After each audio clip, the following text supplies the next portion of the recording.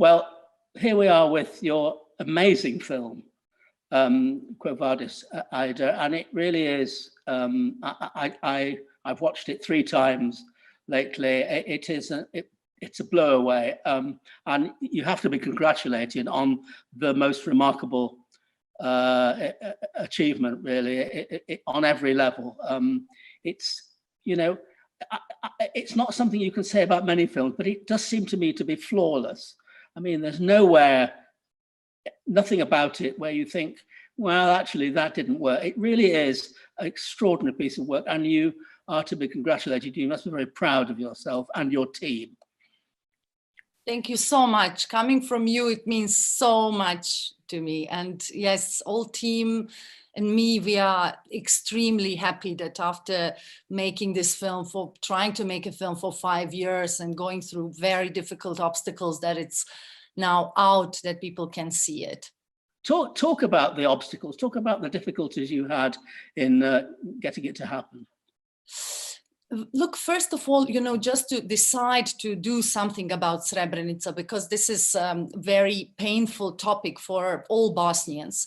Many mothers, many survivors are still living, and you know, they are 25 years after, they're still searching for bodies. Like 1,700 bodies are still missing, because if they find bodies, then it's a you know, murder, and then somebody will be sentenced and charged, and this is something why they are still hiding these bodies. So 25 years after, this is still very hard topic for all of us. And it's a politically hot topic because, you know, from Serbia, there are a lot of denials coming that Srebrenica ever happened, which is hurting victims even more. And I knew that I would step in such an emotional ocean of emotions that I was thinking for many years, I'm not able to do it, them. Is that I mean, I've just watched 11 of your films in the last few days, and that was it was a, you know, a feast.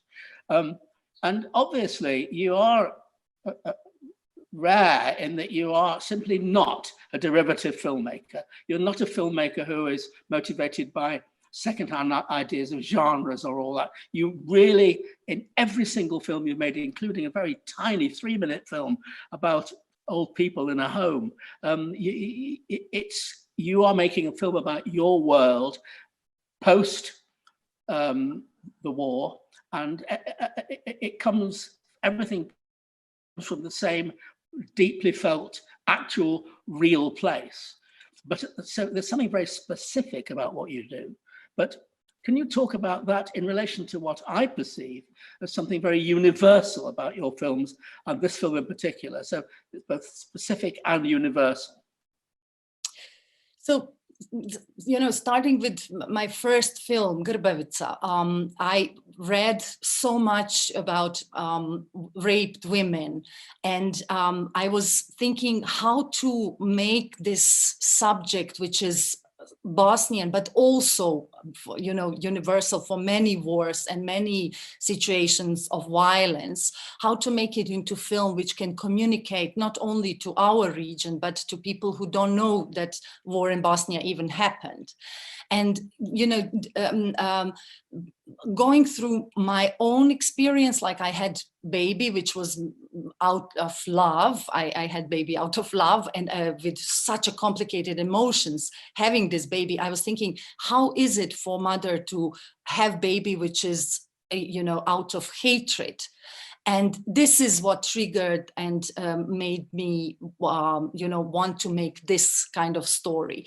Then, you know, your film, Secrets and Lies, were very helpful for me because it was about these secrets and stuff, how to hide and how to make suppression of emotions and what is there. And I'm living in that kind of surroundings. We are suppressing so much, we are denying so much, lying so much. And this was directions that I wanted to take.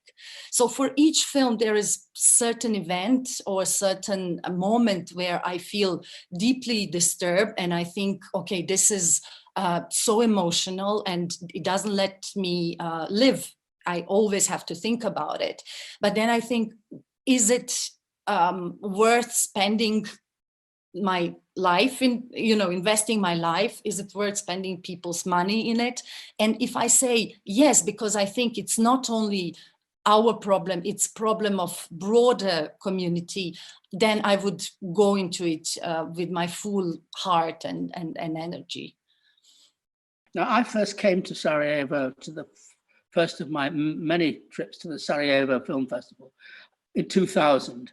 Then I came in 2002, 2004, 2006, right through till relatively recently.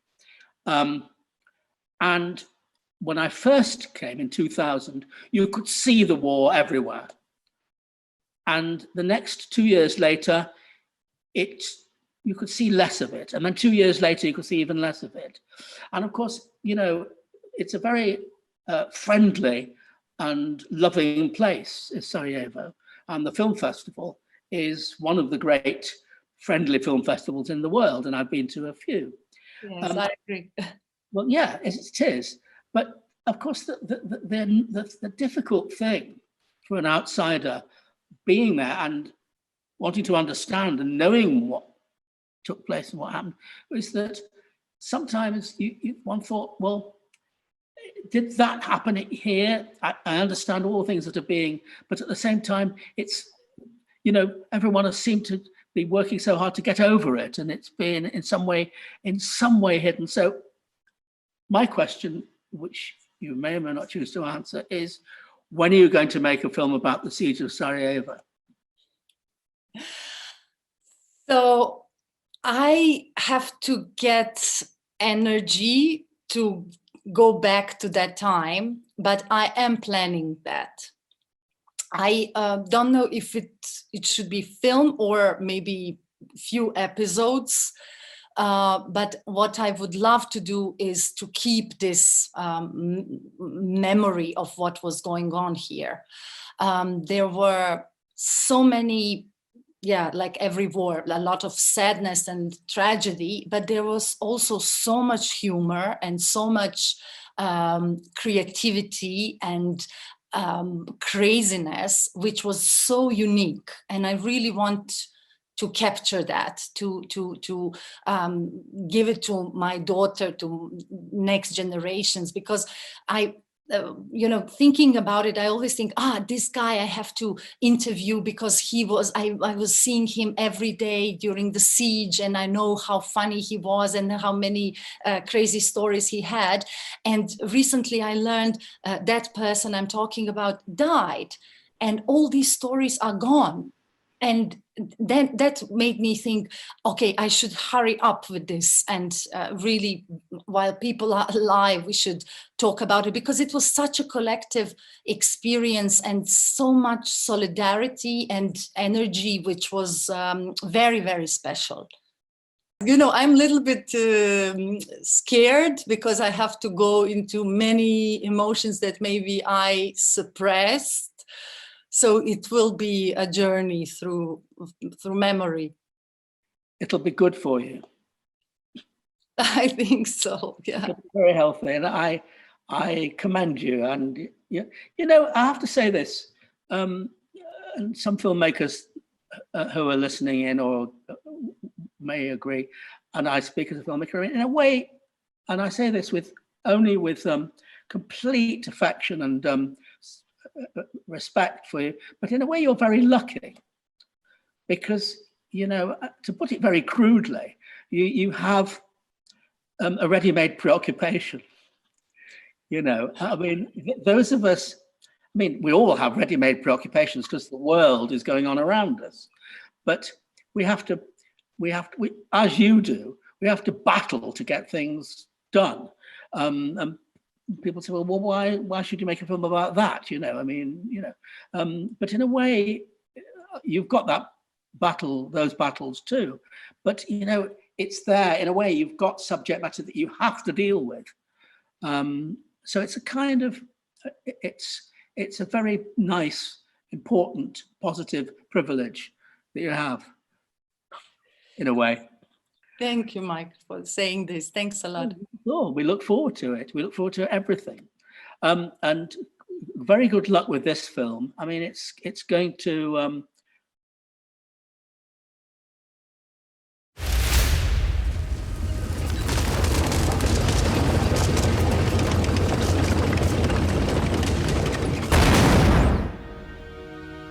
ボスニア紛争末期の1995年、セルビア人勢力に侵攻されたボスニア東部の町スレブレニツァ。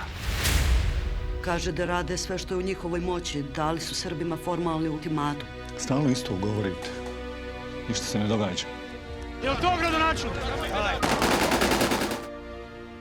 国連保護軍の通訳として働くアイダ。Ljudi, baza je puna. Niko više ne može ući u bazu. Jesi vidio moje? A gdje su tvoji? Nema potrebe da ginuš.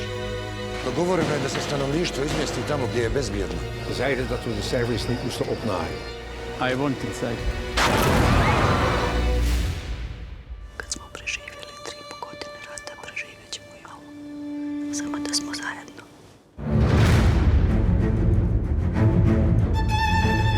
Muškarci, nadam se zdraviti. What should I do then? General Radić! Ali dogovor je bio... My son and my husband are at the gate. They won't let them in. How do you imagine I can let your family in and turn all the others away? Gotovi smo. Ispituju muškarce i ubijaju tu 200 metara bazu. Vesme, možeš mu povesti moje sinove iz baze, molim te. Pokušaj sakriti neku od mašina. 戦後ヨーロッパ最悪の悲劇スレブレニツァ・ジェノサイド。事件の真実、そして家族を守ろうとした一人の女性の運命とは。Nemojte! Nemoj, oni su moji! 愛だよ、どこへ。